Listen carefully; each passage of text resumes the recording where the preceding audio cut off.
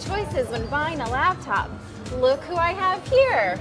Oh my gosh, lucky running into you. Good to see you. Especially considering we came here together. Right here with all the laptops. We're here to talk about what are the right questions to ask when you're going laptop shopping, because it can be so overwhelming. There are a lot of choices out there. There are a lot of choices. There's Windows 7 now, Snow Leopard is also new. So what are the things that you need to ask yourself first and foremost when you go I think laptop the number shopping? one question you're going to ask yourself when you're buying a new laptop is, what am I going to use this laptop for? Am I going to carry it around every day, or am I going to leave it anchored to like my desk in my house or my office? Now, if you're not going to take it around with you, then you want a bigger laptop, a 15-inch or maybe even a 17-inch.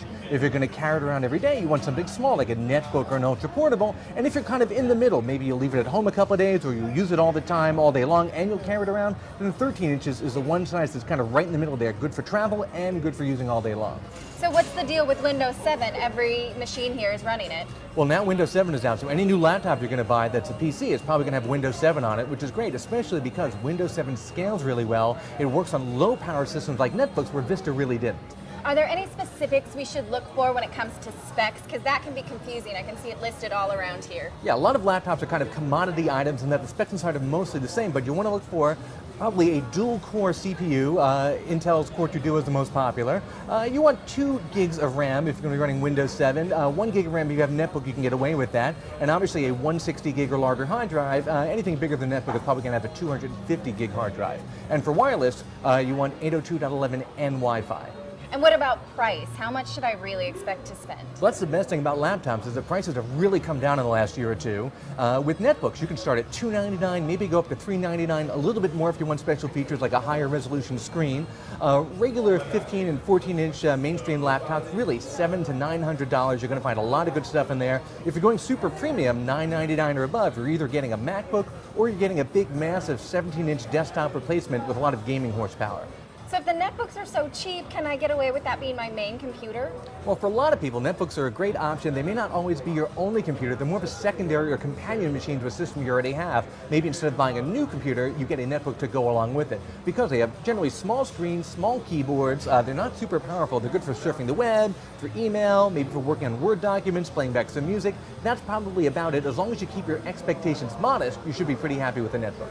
Okay, and what about sturdiness? I want something that kind of can bang around in my bag a little bit. What's the best material to look for? Plastic? Obviously, a lot of laptops are made out of plastic. Some of the more expensive ones are made out of aluminum or a magnesium alloy, and there are even some kind of rugged laptops that have sort of rubberized coatings on them. Those are a little bit more obscure.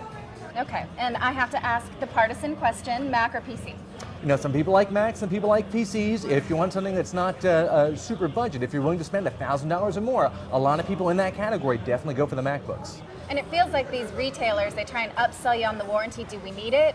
Well, an extended warranty is one of those things we generally advise people not to buy. Laptops are almost a little bit of a different case because there's really no user serviceable parts inside. You don't want to be cracking this thing open like you could with the desktop and trying to fix it yourself.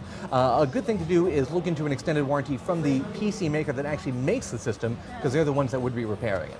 So what are your recommendations this holiday season then? Well, there are a couple laptops I'm really liking a lot right now. This is the HP Mini 311. It's a netbook, but it's a bigger netbook with an 11-inch screen.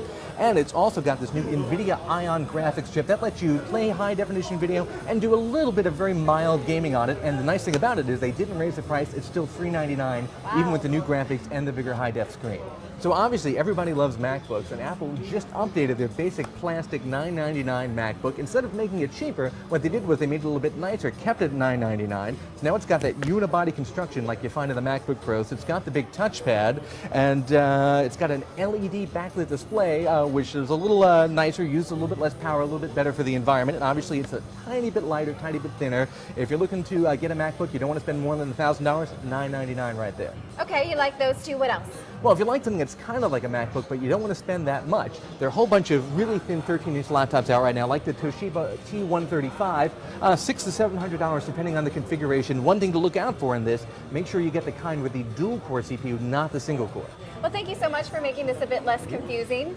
And if you want to make sure your laptop buying experience is less confusing, make sure you do your homework before you get to the store. Go to CNET.com, read the reviews, watch our videos. It'll make the experience a lot less painful. Happy holiday shopping. I'm Natalie Del Conte with CNET.com.